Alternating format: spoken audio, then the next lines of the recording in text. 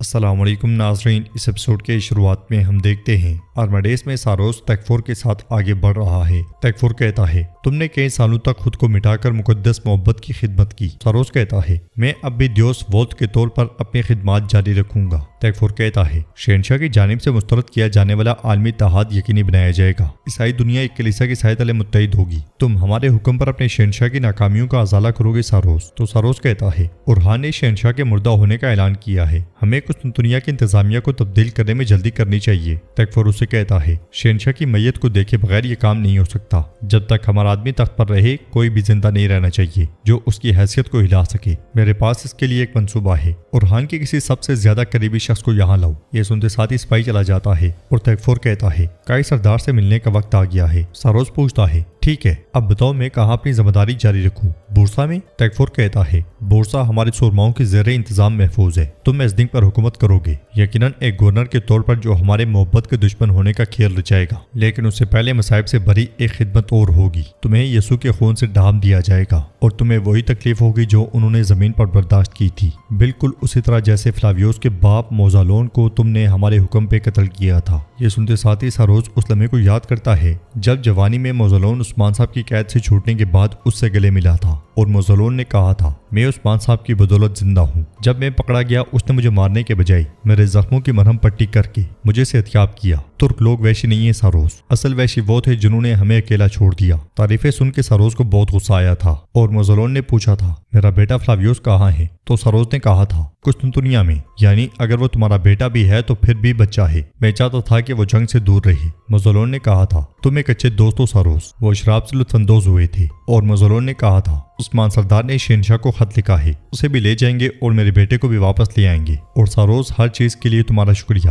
یہ کہتے ساتھ ہی موزالون آگے بڑھا تھا تو ساروس نے پیچھے سے خنجر اس کی پیٹھ میں گھوم دیا تھا۔ موزالون نے تکلیف میں پوچھا تھا کیوں ساروس کیوں؟ مگر ساروس نے خنجر اس کی پیٹھ میں بھی گھوم دیا تھا اور کہا تھا کاش کہ تم کبھی نہ آتے۔ موزالون زمین پہ گرا تھا اور مر گیا تھا۔ ساروس نے کہا تھا تمہاری بدولت میں بورسا کا تیکفور بنوں گا۔ اس خیال کے بعد ساروس کہتا ہے موزالون ایک اچھا دوست تھا مگر ایک برا جنگجو تھا۔ مقدس ہیکل کی خدمت میرے لیے باعث شرف ہے۔ کائی قبیلے میں عثمان صاحب اپنے گھر والوں کے ساتھ بیٹھے ہوتے ہیں، دیفنے دسترخوان سے پلانگتے ہوئے ایک سیب اٹھا لیتی ہے۔ دیفنے کی حرکت سے سب حیران ہوتے ہیں۔ پھر دیفنے عثمان صاحب سے کہتی ہے میں قسطنطنیہ کے محل میں بھی ہمیشہ آپ کے بارے میں سنتی تھی، اب ایسا لگ رہا ہے جیسے میں ان کہانیوں کے بیچ میں کھڑی ہوں جو میں نے سنی تھی۔ یہ سن کے عثمان صاحب پوچھتے ہیں ایسا کیا ہے بیٹی؟ مجھے تجسس ہے، میرے بارے میں کیا کہا جاتا ہے؟ یہ سن کے دیفنے زور زور سے ہنستی ہے اور کہتی ہے وہ آپ سے بہت ڈرتے تھے اور جتنی نفرت وہ آپ سے کرتے تھے اتنی نفرت کسی اور سے نہیں کرتے تھے، اور اب آپ کی جگہ اورہان صاحب آ گئے ہیں۔ مجھے بہت تجسس ہے عثمان صاحب، کیا وہ ان سے بھی اتنا ہی ڈریں گے اور نفرت کریں گے جتنی آپ سے کرتے تھے؟ قاسم کہتا ہے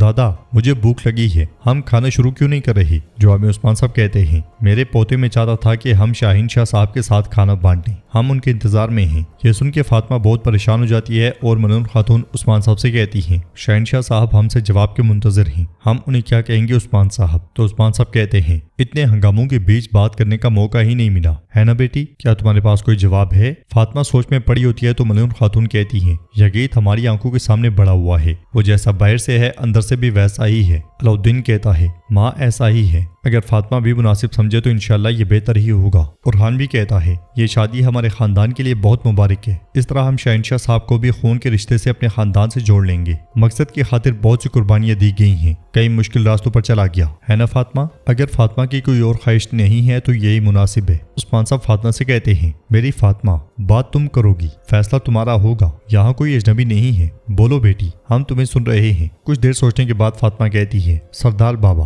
چونکہ ہمارا پورا خاندان اس رشتے کی خواہش رکھتا ہے۔ مگر حلیمہ بیچ میں بولتے ہوئے ایک دم سے کہتی ہے نہیں نہیں میں نہیں رکھتی، میری بہن جو بھی کہے گی میں اس کے ساتھ کھڑی ہوں، لیکن ہرگز کوئی ایسی بات مت کہنا جو میں نہیں چاہتی ہوں۔ یہ سنتے ساتھ ہی نیلوفر اور گونچا مسکرا دیتی ہیں۔ منون خاتون حلیمہ سے کہتی ہیں حلیمہ بس کرو بیٹی، تمہاری بہن تمہاری جیسی نہیں ہے، وہ خاندان کے لیے جو بہتر ہے اسے قبول کرے گی۔ فاطمہ کہتی ہے مجھے اجازت دیں بابا، میں سوچنا چاہتی ہوں، چونکہ یہ گھر میرا ہے میں کچھ وقت سوچنا چاہتی ہوں۔ مگر منون خاتون کہتی ہیں بیٹی اس میں سوچنے کی کیا بات ہے، اب وہ آئیں گے اور پوچھیں گے کیا ہم کہیں کہ انتظار کریں؟ کیا یہ کوئی ہونے والی بات ہے؟ نیلوفر کہتی ہے ماں فاطمہ نے صاف انکار نہیں کیا، لیکن آپ بھی اس پر دباؤ نہ ڈالیں تو بہتر ہے۔ اس لیے میں شہنشاہ دیدار اور اپنے بیٹے یزید کے ساتھ وہاں داخل ہوتا ہے۔ عثمان صاحب انہیں خوش آمدید کہتے ہیں اور وہ بھی دسترخوان پہ بیٹھ جاتے ہیں۔ سب کھانا کھانا شروع کر دیتے ہیں۔ یزید کی نظریں مسلسل فاطمہ پہ ہوتی ہیں۔ ادھر فلاویوس بورسا میں داخل ہوتا ہے۔ جھاڑو لگانے والا بھی فلاویوس کو نظر انداز کر دیتا ہے۔ اگلے لمحے بہت سے سپاہی فلاویوس کو گھیر لیتے ہیں اور ان کا کمانڈر کہتا ہے ہم بھی تمہارا انتظار کر رہے تھے فلاویوس، کیا تم حملہ کرو گے؟ اگر میں تمہاری جگہ ہوتا تو ایسا نہ کرتا۔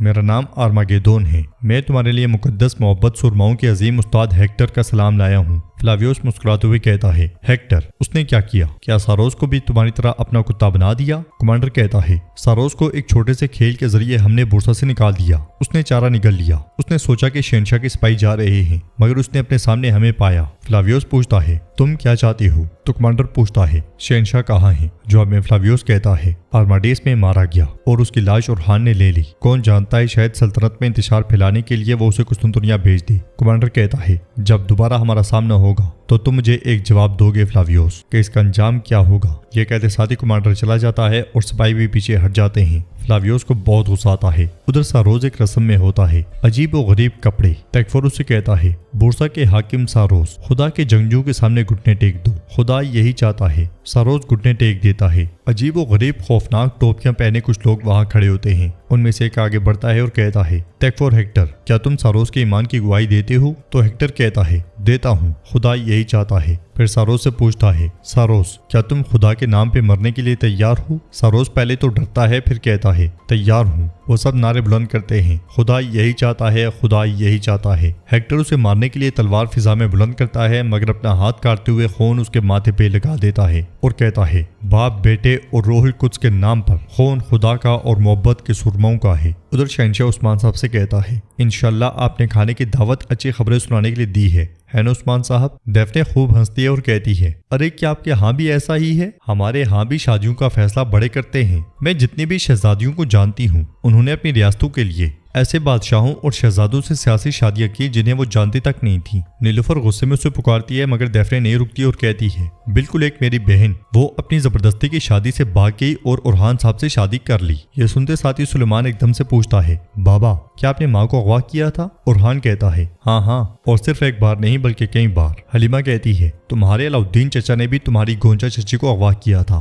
دیدار کہتی ہے ہمارے ہاں یہ کوئی سیاسی شادی نہیں ہے ڈیفنے، ہم چاہتے ہیں کہ ہر کام رضامندی سے ہو۔ شہنشاہ کہتا ہے فاطمہ خاتون ہمارے لیے بہو نہیں بلکہ ہمارے گھر کی بیٹی ہوں گی۔ یہ سن کے عثمان صاحب کہتے ہیں مجھے اس میں کوئی شک نہیں ہے شاہنشاہ بھائی، ہم نے مشورہ کر لیا ہے، مگر ہماری بیٹی نے سوچنے کے لیے مزید وقت مانگا ہے۔ یہ سنتے ساتھ ہی وہ تینوں بہت پریشان ہو جاتے ہیں اور فاطمہ سکھ کا سانس لیتی ہے۔ پھر شہنشاہ مسکراتے ہوئے کہتا ہے ضرور ضرور، فاطمہ بیٹی جیسا چاہے ویسا ہی ہو۔ ادھر اورحان کے ساتھی بھی بیٹھے کھانا کھا رہے ہوتے ہیں۔ دمرل کہتا ہے بھائیو، میں تم سے کچھ پوچھوں؟ کس وجہ سے محبت کے شوویروں نے شہنشاہ پر حملہ کیا؟ کیا وہ اسی راستے پر نہیں چلتے؟ وہ سب کافر ہیں۔ بلبان کہتا ہے میں تمہیں اس کی وضاحت کرتا ہوں، لیکن تمہارا چھوٹا دماغ صورتحال کو سمجھنے کا رجحان نہیں رکھتا۔ دمرل کو بہت غصہ آتا ہے تو اسے دبوچ لیتا ہے، اس لیے میں اعراض وہاں پہ آتی ہے اور ان دونوں کو غصے سے دیکھتی ہے تو وہ پیچھے ہٹ جاتے ہیں۔ اعراض انہیں کھانا پیش کرتی ہے۔ عبد الرحمن اس کا شکریہ ادا کرتا ہے تو اعراض اس کے پاس بیٹھ جاتی ہے اور کہتی ہے پیاز کو میمنے کے ساتھ ضرور کھانا چاہیے۔ یہ کہتے ساتھ ہی وہ چمچ عبد الرحمن کے کھانے میں رکھتے ہوئے کہتی ہے اب اپنے کھانے سے لطف اٹھائیں، صرف تمہارے لیے۔ سپاہی بھی مسکراتے ہوئے سارا منظر دیکھ رہے ہوتے ہیں۔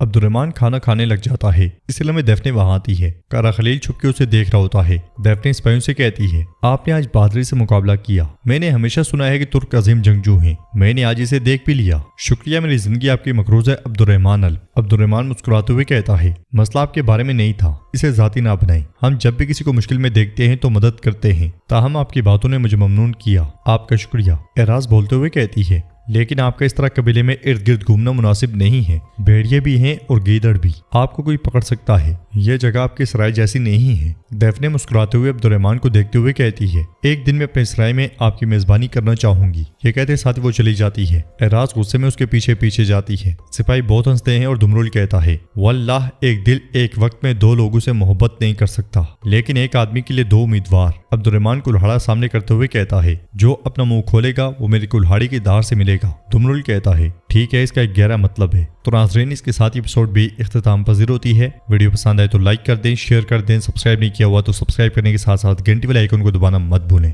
ملتے ہیں انشاءاللہ نیکسٹ ویڈیو میں، تب تک کے لیے اللہ حافظ۔